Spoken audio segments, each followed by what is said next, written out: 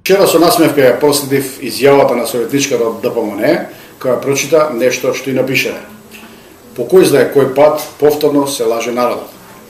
Договорот беше на седницата да се разгледа само ребалансот на буџетот, за да може општината да функционира и ДПМН да ги повлече најавените 150 амандмани на ребалансот на буџетот. Амандманите ги најавија или ги покажаа на седницата во вторникот наутро. Дека се ова така, ќе ви потврди фактот што веќе во четврток на 20 јуни во 8:30 часот ја закажа продолжение на седницата на која ќе се разгледуваат преостанатите точки.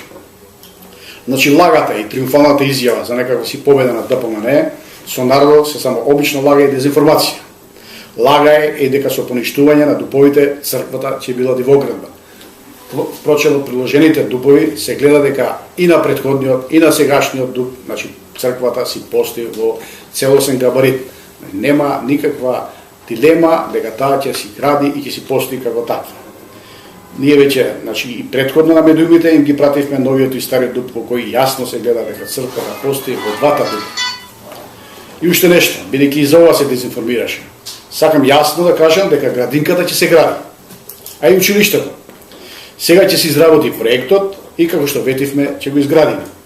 За разлика од ДПМН, кој се 13 години на власт во општината и кој што не ги изградија ни градинката, ни училиштето, овој градоначалник и овој совет тоа ќе го направи.